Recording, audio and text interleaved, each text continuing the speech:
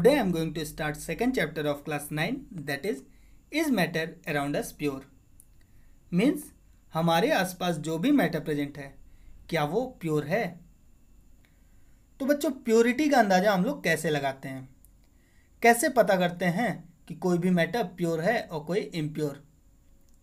यही ना जिसमें इम्प्योरिटीज प्रेजेंट ना हो, जिसमें बिल्कुल भी मिलावट ना हो, या ऐसा मैटर जो टोटली एडल्ट्रेशन फ्री हो। ऐसे सारे मैटर्स प्योर मानते हैं हम लोग।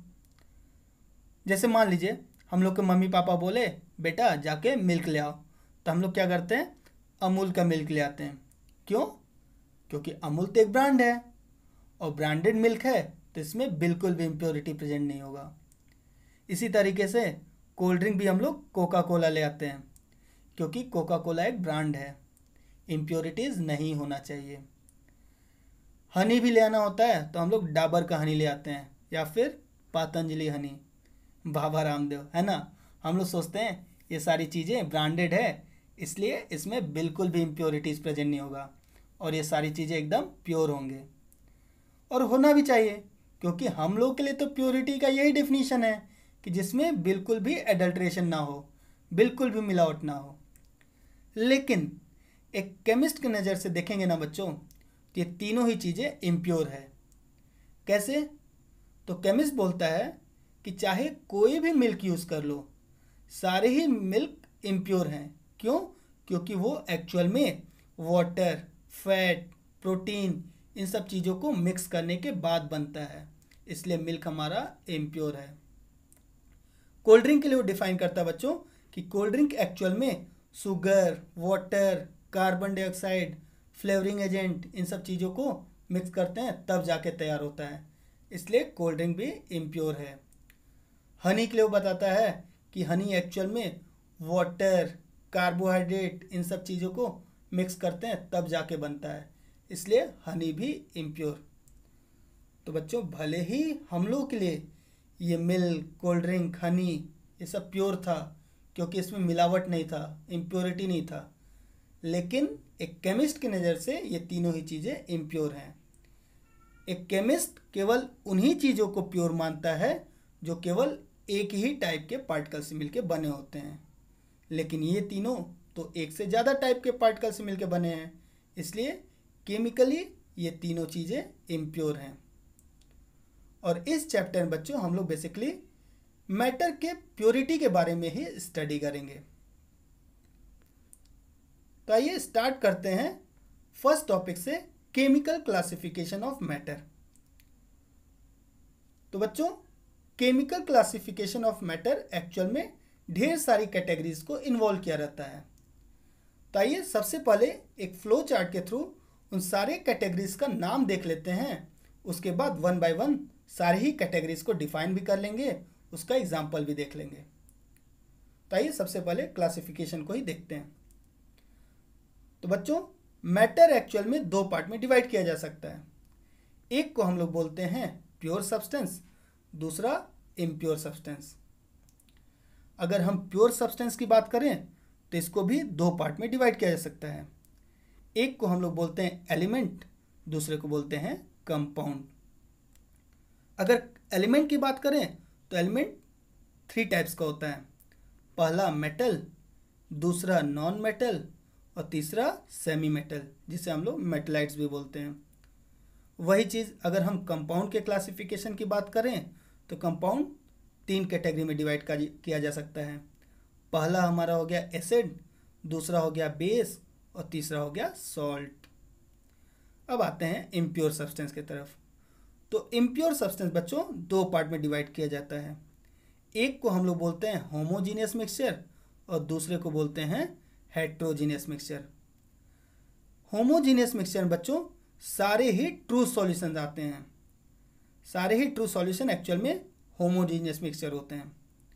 वही चीज़ हेट्रोजीनियस मिक्सचर की बात करें तो सारे ही कोलाइड्स और सस्पेंशन हेट्रोजीनियस मिक्सचर के कैटेगरी में आते हैं। तो ये था बच्चों क्लासिफिकेशन ऑफ मैटर। तो आइए वन बाय वन इन सभी कैटेगरीज को डिफाइन करते हैं। तो स्टार्ट करते हैं chemical classification of matter. So students chemically a matter can be classified into two types. First one is pure substance and second one is impure substance, which is also known as mixture. So let's start with pure substance. Any substance which is made up of only one kind of particles is known as pure substance. ऐसा कोई भी matter जो केवल एक ही type के particle से मिलकर बना होता है उसे ही हम लोग प्योर सब्सटेंस बोलते हैं. जैसे hydrogen, oxygen, copper, water, ammonia, ये सारे ही सब्सटेंस प्योर कैटेगरी में आते हैं. क्यों? क्योंकि ये केवल एक ही टाइप के पार्टिकल से मिलकर बने होते हैं. If we talk about classification, a pure substance can be classified into two types. First one is known as element and second one is known as compound. So let's start with element. Students, element matter के वो basic form होते हैं जिन्हें हम लोग और ज़्यादा simplify नहीं कर सकते, चाहे कितना भी हीट दे दें, कितना भी इलेक्ट्रिसिटी या लाइट क्यों नहीं यूज़ कर लें, इवन कोई भी केमिकल मेथड यूज़ कर लें, ये सब मैटर्स और ज़्यादा सिंप्लीफाई नहीं होते हैं. और ऐसे सारे ही मैटर को हम लोग एलिमेंट्स बोलते हैं. For example hydrogen, oxygen, copper, iron, silver, gold, platinum, aluminium etcetera. Iron की ही बात कर ले बच्चों. मान लीजिए हम लोग के पास आयरन का एक बड़ा सा ब्लॉक है. अब इस बड़े से ब्लॉक ऑफ आयरन को हम लोग कितने ही स्मॉल पीसेस में क्यों न ब्रेक कर लें, हर एक स्मॉल से स्मॉल पीस एक्चुअल में आयरन ही होगा. इसलिए हम लोग आयरन को बेसिक फॉर्म ऑफ मैटर बोलते हैं. अगर और डीप में जाएं तो हम लोग एलिमेंट्स के बारे में बोल सकते हैं कि all the elements are generally made up of only one kind of atoms. अब ये एटम क्या होता है तो इसके बारे में हम लोग नेक्स्ट चैप्टर में काफ़ी डीपली स्टडी करने वाले हैं. अगर बात करें नंबर्स की तो there are total 118 elements are present in periodic table. हमारे पीरियोडिक टेबल में टोटल 118 एलिमेंट्स प्रेजेंट हैं.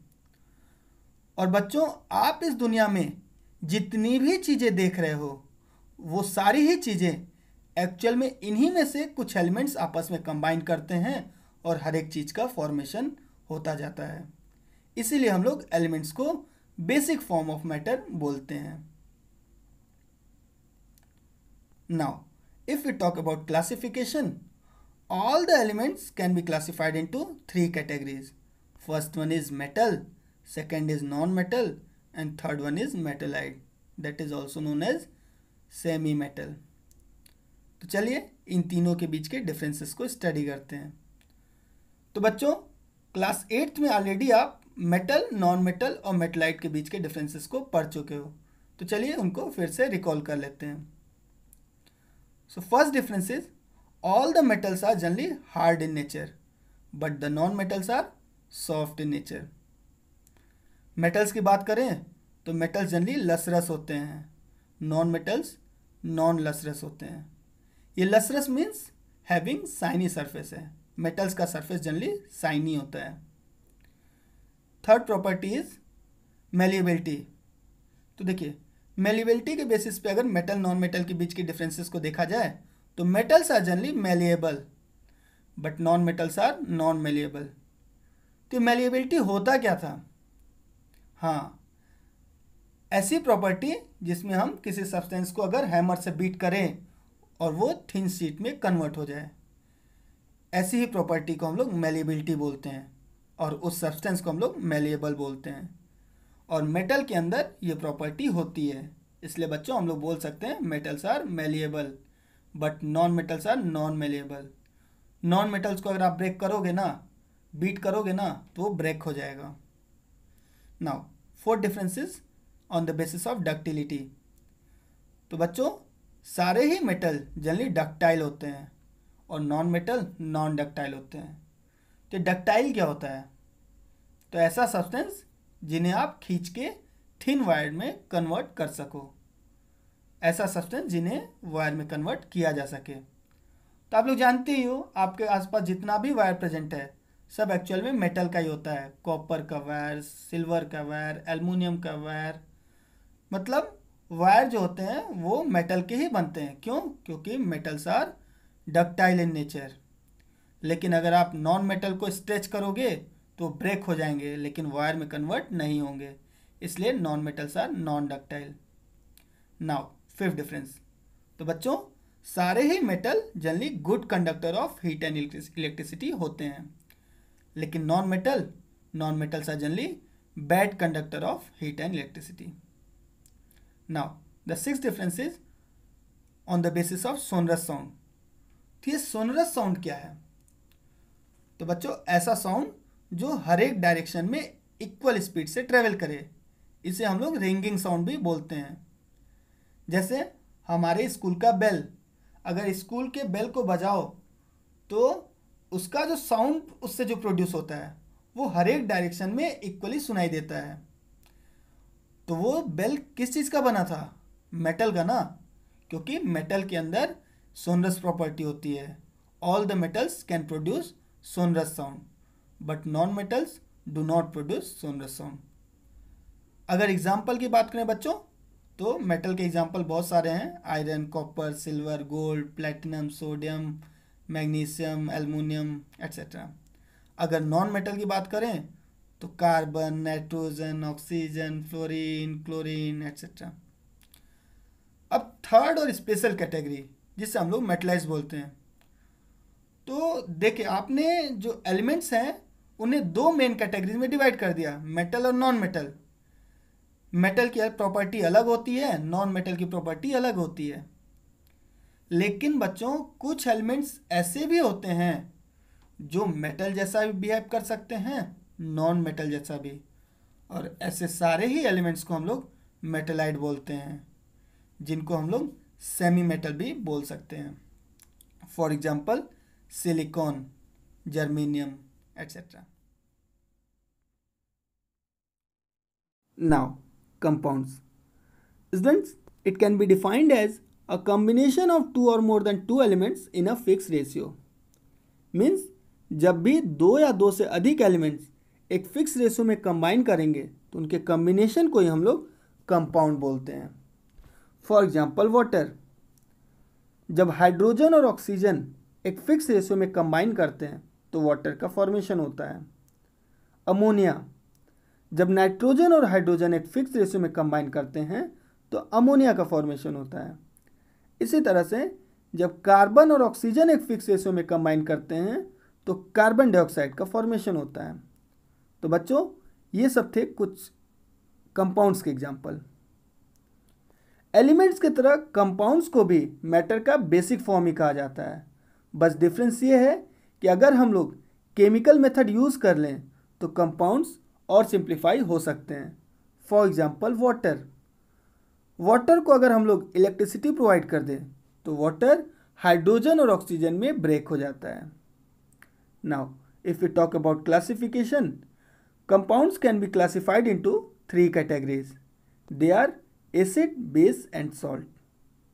इन तीनों के ही बारे में हम लोग क्लास 10th के चैप्टर नंबर 2 में काफ़ी डिटेल में स्टडी करेंगे।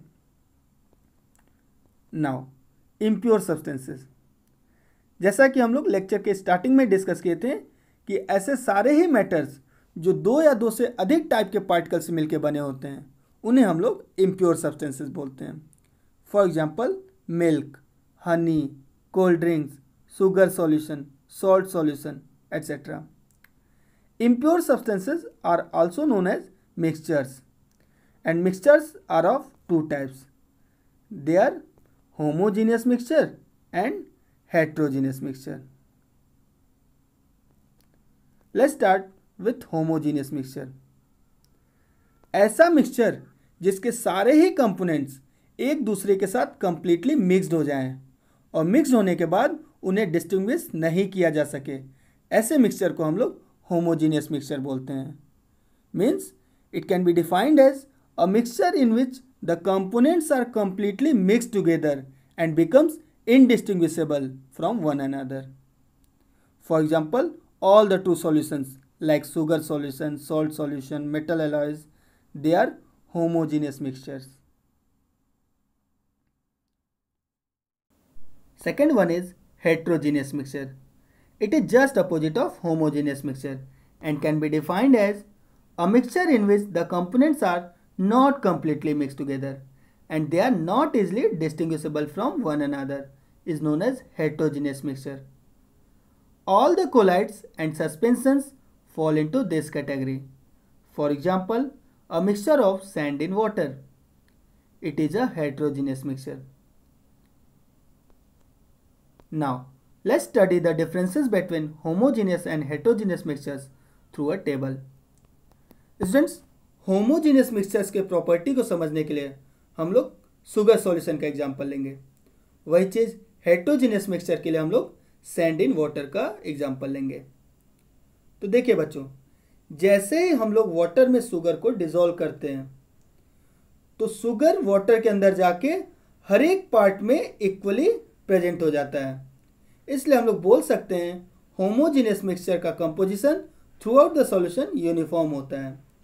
वही चीज़ जब हम सैंड को वाटर डिसॉल्व करते हैं तो पानी के अंदर जाने के बाद सैंड लोअर पार्ट में तो ज़्यादा अमाउंट में प्रेजेंट होता है और अपर पार्ट में बहुत कम अमाउंट में। इसलिए हम लोग बोल सकते हैं हेटेरोजीनियस मिक्सचर का कंपोजिशन नॉन यूनिफॉर्म होता है। Now second difference. तो देखिए बच्चों, जब एक बार शुगर वाटर में डिसॉल्व हो जाता है तो उसे नॉर्मल फिजिकल प्रोसेसेस के थ्रू हम लोग सेपरेट नहीं कर सकते, लेकिन हेटेरोजीनियस मिक्सचर में ऐसा नहीं है। सैंड और वाटर के मिक्सचर को हम लोग नॉर्मल फिजिकल प्रोसेस के थ्रू सेपरेट कर सकते हैं। फॉर एग्जांपल फिल्ट्रेशन, हम लोग फिल्टर पेपर के थ्रू सैंड को वाटर से अलग कर सकते हैं। Now third difference. तो देखिए बच्चों, जैसे ही एक बार शुगर वाटर में डिसॉल्व हो गया तो उसके बाद हमें उसके पार्टिकल्स दिखाई देना बंद हो जाते हैं, means they becomes invisible through naked eyes. But heterogeneous mixture में ऐसा नहीं है। सैंड और वाटर के मिक्सचर को हम लोग नॉर्मल नेक्ड आई से देख सकते हैं। So students, these are the few differences between homogeneous mixtures and heterogeneous mixtures.